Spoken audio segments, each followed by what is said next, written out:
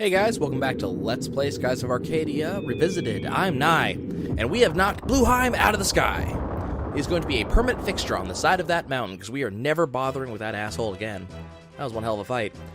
He beat the crap out of Blueheim. Kangon is just completely... yeah.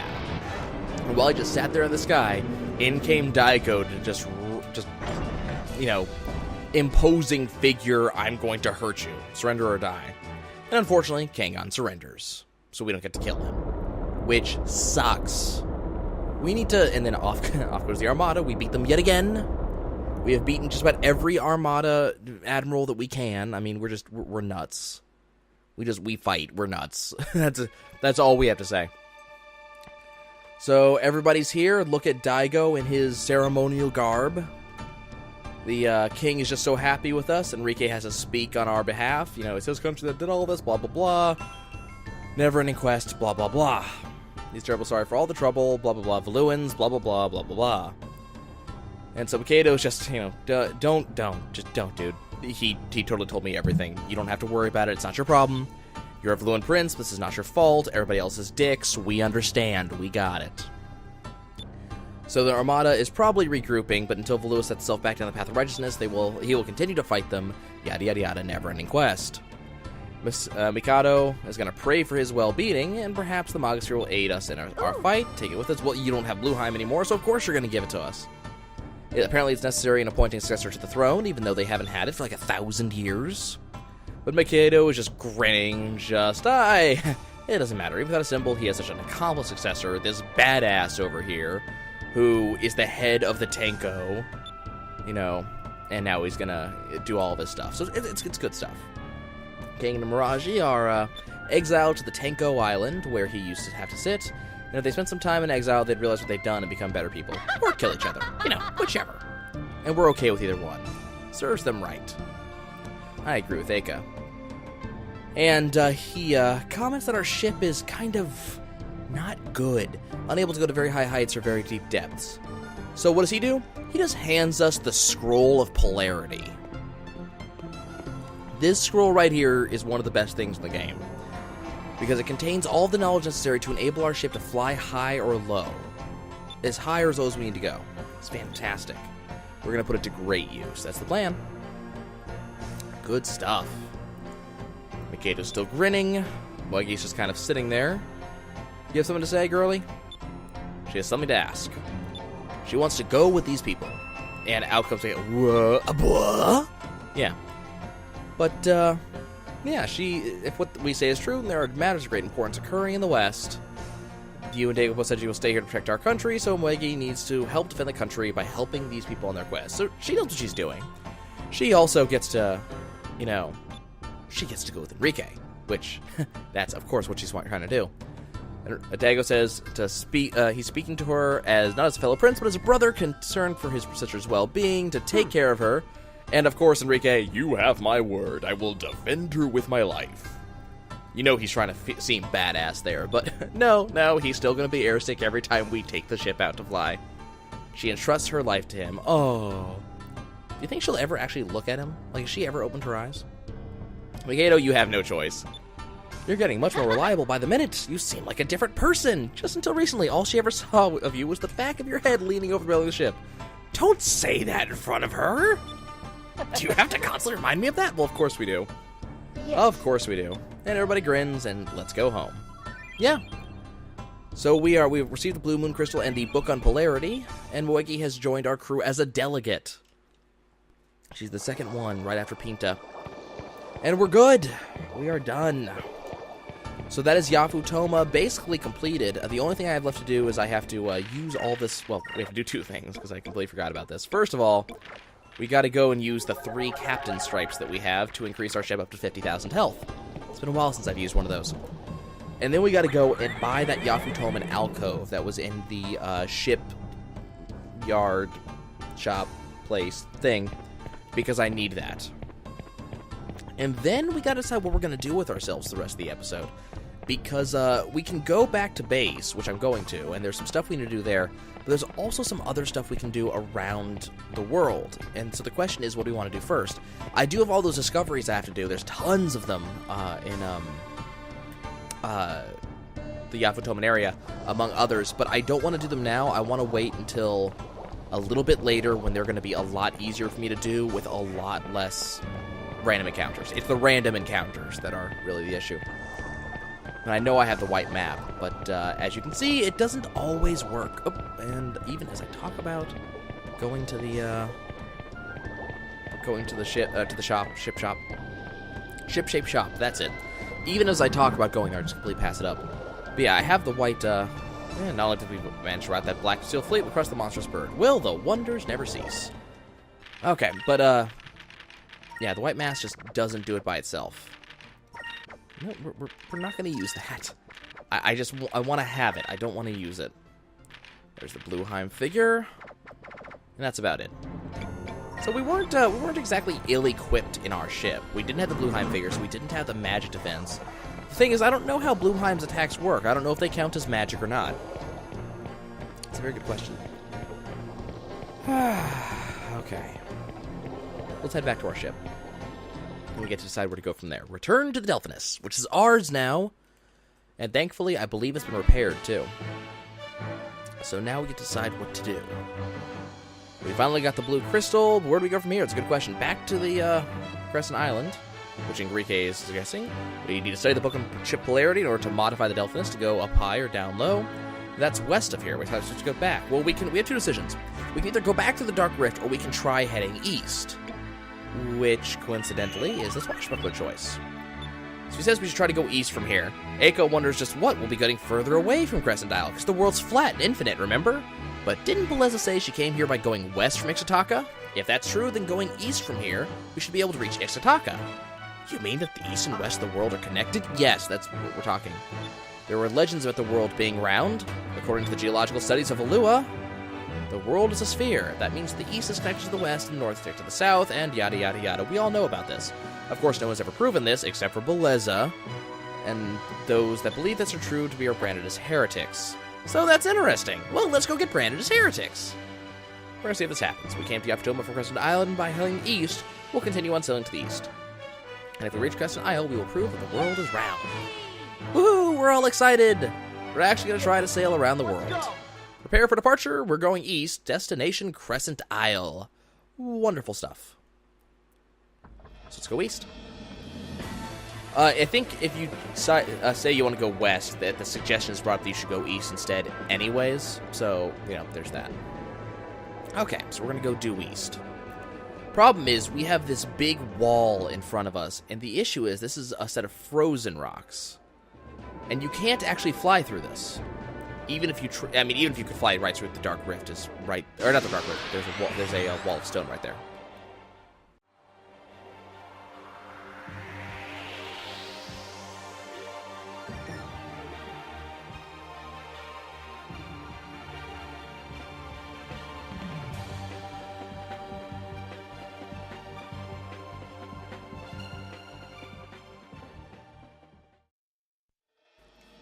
Okay, so what we need to do is we need to travel south along this wall until we find a hole in it, which is right there. And by hole, I mean hole in the mini rocks, not the big rocks. This is the hole that the Valuans blasted in the wall. We can just fly through that, and lo and behold, we're in Ixtaka. Now, you'd think the game would acknowledge the fact that we're in Ixtaka right now, because we have just proven that the world is round. That's all we have to do is we go to Ixtaka, right? Because Ixtaka is to the west of our little island, and because we were able to get here, we know that we are now west of Crescent Island. But for some reason, the game decides this is not the right place for it to recognize that the world is round. I don't know why. So instead, we're just going to head pretty much due east and travel through all of these sky rifts, mostly because we can, and that's how we're going to prove that the world is round. Sky rift, sky rift, sky rift. I just passed through Looperland, didn't I? No, I didn't. Looperland's up here. Okay. What is Looperland, you ask? Well, I'll show that to you on another episode. It's not going to happen here. Look at that little star-shaped rock beneath us. That's kind of weird. So we're just going to continue traveling. Thankfully, we have the white map active. Otherwise, this would take a lot longer. Believe me when I say that. And hey, look, it's Doc. Let's go stop by Doc, because I have like 2 moonfish to hand him. Hey, Doc, come here. Okay. So let's talk to Doc. Hi. Doc, I have some stuff for you. Yes, I have some moonfish. Let's feed the bird a moonfish. Get stuff. What's he gonna give us? Oh, please be something good. Oh, please be something good. Come on, come on, come on, come on, come on. And he gives us 2 gold bullion, the only use of which is to sell it. Worth about 10,000 gold apiece. And you know what that means? It means I'm never going to sell them, I'm never going to use them, I'm going to sit in my inventory forever because I'm a completionist and somewhat of an idiot too. And it looks like he is growing yet again. And now, he's kind of floating there. He's huge too. Look at that gigantic haircut of his. Now we're getting close to the end, guys. We just gave him Moonfish number 18. Well, we've given him 18 Moonfish. Technically, that was Moonfish 20. Here comes 19. Some Constitution Gem makes the wearer immune to negative status changes. Somewhat useful. That's about all it does. This one is really useful. Boing. Okay, so this item is the defensive aura. And that's one of the really good ones, because that actually makes the holder invulnerable to any normal style attacks. Special attacks and magic still land, but normal attacks do not work at all. Piccolo says thank you, and we have to kneel in front of her and say, "You're looking good on your platform shoes." Wonderful name, and we'll bring even more fish next time we come. She's just oh so happy. She's talking, and she's, oh. Apparently, she might be able to talk to the thing, but they are in HL on some level, and now she's even her older sister. Wait, Maria has a sister? When did this happen? Older sister? Doc? He was lost in thought. Tell us more about Ramirez. She needs to know what happened to him. What changed him? Uh-oh, it's story time.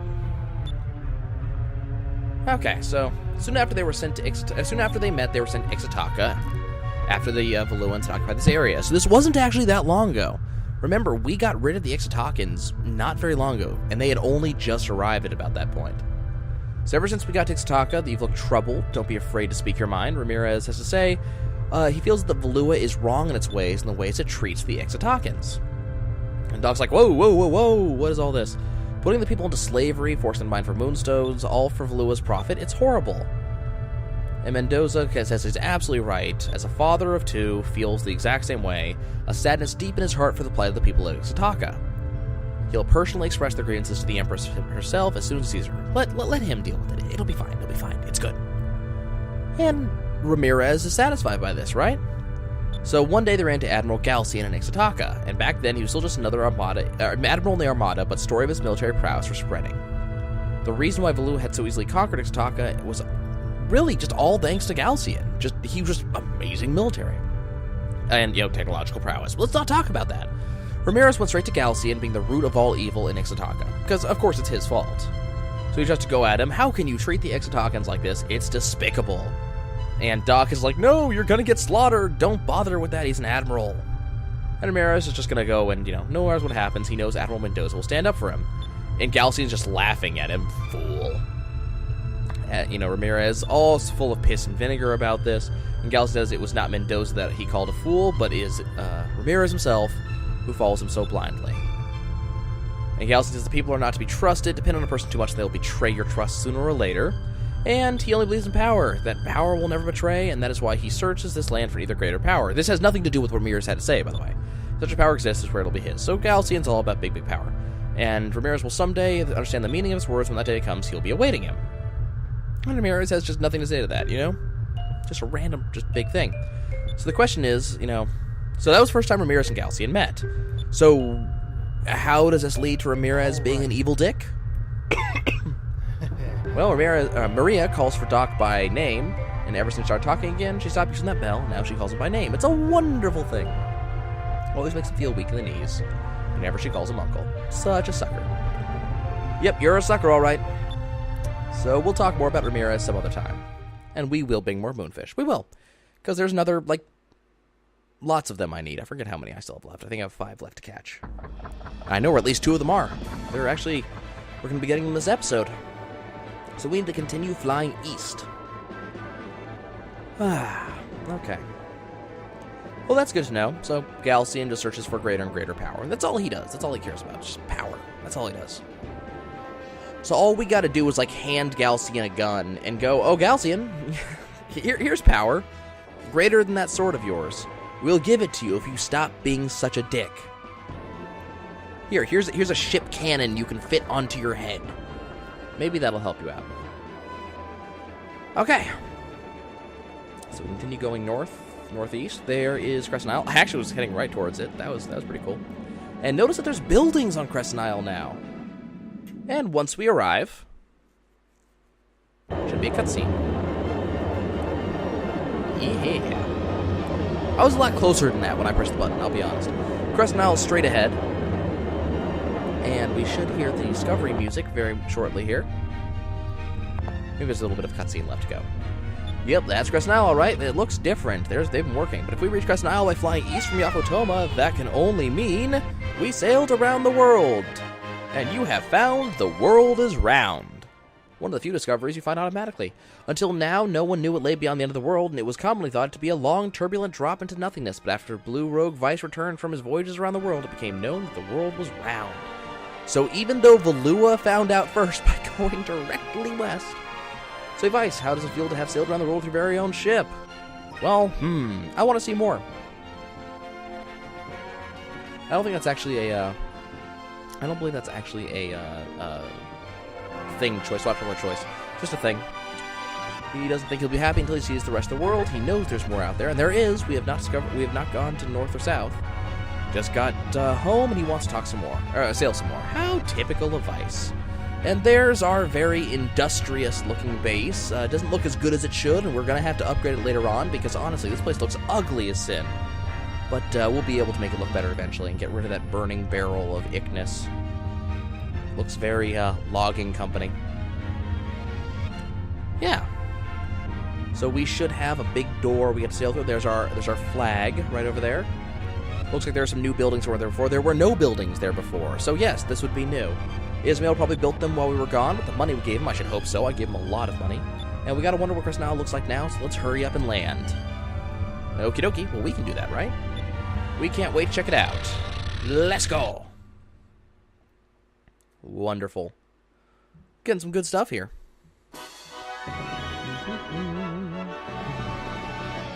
Okay. So we unfortunately don't get to see us landing, but we are now inside Crescent Isle, and this is our hangar. This is our dock. Custom made for the Delphinus. And there's Brabham, and there is Izmael. Brabham welcomes us home, wants to know if we like what they've done with the place, which, you know, I gotta admit, I do like this place a little bit. It's really impressive. And, it's the greatest builder that ever lived. Built this place, like, overnight. If we keep the gold coming in, he'll keep adding on and make it look better. And Brabham's been busy making new armor plating for the Delphinus' hull. After he heads onto our ship, we'll be able to fly through those pesky stone reefs without a hitch, the white ones, the ones that I couldn't go through earlier. And we would like them both to join our crew on board the Delphinus. And here is the Book of Polarity that we get to give to Brabham, who... Just look at this look on his face, like, oh my god, this is amazing! This is the best thing ever! It is a centerfold! He's never seen technology like this before in his life. With this type of engine, we'll be able to fly higher than the clouds and lower than we've ever imagined. We get started on this baby in a jiffy. I forget how long it takes him. I think we have to go to the next dungeon before he'll actually be done. But we should figure out what we're going to go do next. And Izmael decided that we would have a meeting room built into the wall of the cliff above, and all we have to do is go up there and we can do our planning, which is awesome. Izmael is great, so we should go check it out. And we should, but we need to explore this place first. Brabham has joined our crew as an engineer, and Izmael has joined our crew as a builder. Man, we've gotten a lot of crew members so far. Let's go look, see how we're doing. We're pretty close. So we're missing an extra helmsman, we are missing an engineer, a gunner, a merchant, and we're missing whatever that is. We don't know what that is yet. I do. But I know I think I know where all these are. We're about to get the gunner. Speaking of, let's go get the gunner. There's the gunner. Yep, I'm Captain Vice, and Captain Claire has ordered her to come aboard the Delphinus and train with our crew so she can be a better gunner. And her friends Lily and Nara are coming with her. Hopes we don't mind. They're going to take care of our cannons. They're going to knock those balloons out of the sky. This is Belle. She's very energetic, as you can see behind the text back there. She forgot to tell us. Wouldn't forget her name. That would be absolutely silly. This is Belle. She doesn't have very much experience with cannons, but she will try her best. She's very, very enthusiastic. Uh-huh. Jiggle physics. Belle has joined our crew as a gunner. Okay. Now, if we go into here, this is a gun shop, and it is actually the best gun shop in the game. Well, I mean, for the ship. So now he has the ancient cannons, the Wevel cannon, the Arc Wheel torpedo, the goddess figure, the air intake, the chandelier, and that's everything. So we're going to need to buy all that later on, but I don't have the money for that, actually, so I'm going to have to go and farm that eventually. That's that. We got some crew quarters down here. Cool stuff. Not really much to do in here. This is where Lawrence stays on his time off, and if we talk to him, he comments that he hired us to do his job, he's doing the job, and he's not obligated to talk to us while he's off his ship. And that's about it. Lawrence is a bit of a dick. So if we go over here, in this general direction, back here is a Cham. There's going to be another one we're going to need to find. There is also a Moonfish somewhere around here. I just got to remember where it is. Because there are 2 Moonfish to be found on Crescent Isle. There it is. Just like you can find in Pirates Isle. Moonfish is just next to the ship. I don't know how it got here. He just excavated this place. But somehow it got down there. That's amazing. So let's go ahead and climb on upwards. I could have gone up the pole, but, you know. That actually would have taken longer, I'm sure. Okay, so if we went to the left, that would be leaving. But instead, we're going to go straight. And this is, by the way, why when you lose the 2 treasure chests here, if you don't get them before you leave, you lose them forever. Because the caverns where the treasure chests are completely destroyed. So if we talk to Osman here, Osman has some items for us. Mostly some incidentals, random boxes.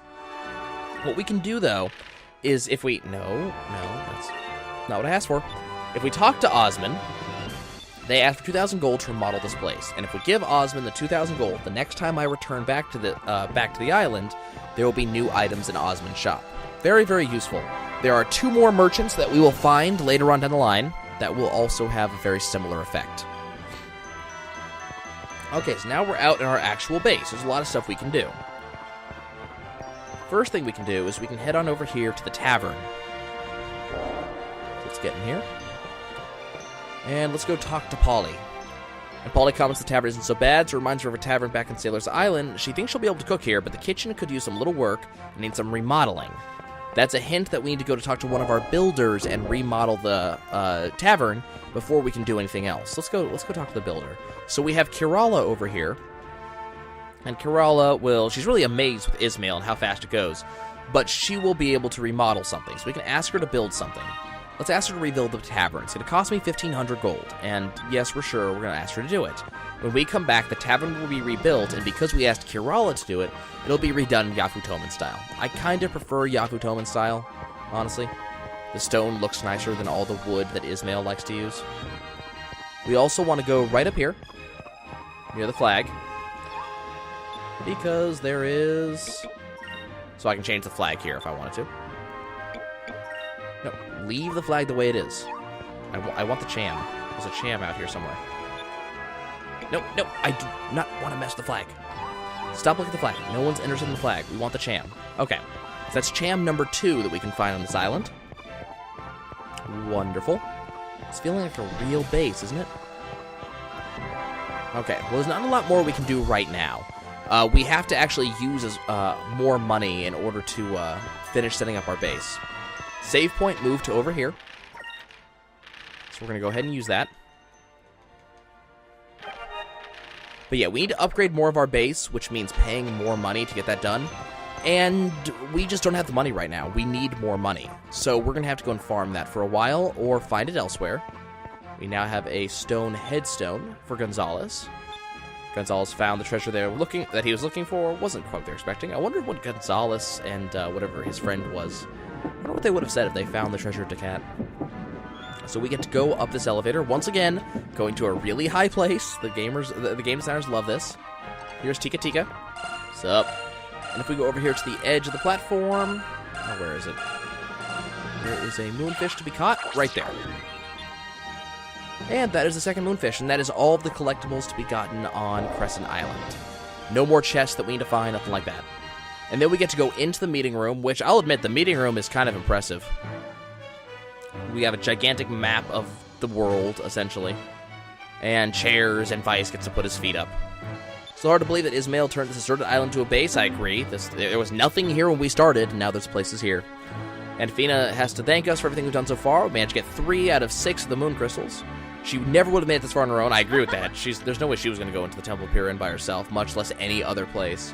But you don't have to thank us. It's, you know, if it wasn't for her, we would never have gotten a chance to sail around the world, gotten our own ship, gotten our own base, all that sort of stuff. Hey, look, there's Vice's dad's ship on the wall there. Fina's, we don't know if you realize it, but your mission has helped us all. Everybody's good friends. It's a wonderful thing. Okay, until recently, she lived a sheltered life, was very scared when the elders asked her to search for the crystals, and alone by herself. Yes, both. Both those. Alone and by herself. But since then, she's made some great friends, explored new lands, even ones with monsters. The monsters are actually recognized. They are actually a thing in the game. Unlike most games, they actually recognize that monsters are there. When they first heard what she did for a living, or when she first heard what they did for a living, she seemed scared, almost surprised, and intimidated. Now she sounds like an air pirate every day. Before we know it, she'll be dressing like them, and Cupid will be wearing an eye patch. It's going to happen. I promise. And that reminds Vice, where should we go to get the next moon crystal? Well, it's easy to do this one. To the far south lies a land that basks in the cold light of the purple moon. It's the land of ice. We could have gone there at any time, actually. We could have gone there before we went to Yafutoma, but we couldn't have actually done anything there. Purple moon crystal should be hidden there somewhere. The land of ice. The purple moon is the source of power for all ice magic. Because of that, the lands under the moon have become encased in ice. And now, here comes Aka. She's going to be imagining some stuff. Some of the others back home used to tell rumors that they'd hear about the place. Oh boy. She heard that the air is so cold that anyone who goes there will be frozen solid in a matter of seconds. She doesn't want to have to chisel Vice out of the ice. Where do you get these stories? First he was going to catch fire, then people were going to eat with some sticks, now he's going to freeze. He has a point. Getting the crystal is not going to be easy, but it's probably a little less stupid than that. When he becomes a Vicicle, he should not go crying to her. I agree with her. Everything will be alright. It's probably not that cold. I agree with Fina on that. According to the Valuan archaeologists, beneath the layers of ice lies the ruins of an ancient city. The ruins have been undisturbed since their old world. Unfortunately, no one has ever been able to break through the ice, and all they've been able to do is observe the ruins from the sky. So we don't need to go there because it's impossible to get the crystal, apparently. But Brabham said the hull had been reinforced. So if the hull is strong enough to break through stone reefs, perhaps it's strong enough to break through the ice. And so we could get the stone that there's no reason to get, because no one else could get it. But we could bust through the ice with the Delphinus, so that's that. If the Delphinus can get through the ice, then we can get the crystal. And it looks like our next destination is to the south, to the land of ice. We got a long journey ahead of us. We should probably take the rest of the day off and celebrate. Celebration's fantastic. I like celebrations. How about you guys? You like celebrations? We can have pie. But that's going to be about it. There's very little left for us to do now. Now we know where to go. And I believe the Book of Polarity stuff will be ready as soon as we return to the Lands of Ice, and that is going to be where we're going to go on our next episode. For now, I'm just going to go and save again, and we will call it a day. Thanks for joining me, guys, and I will see you guys next time.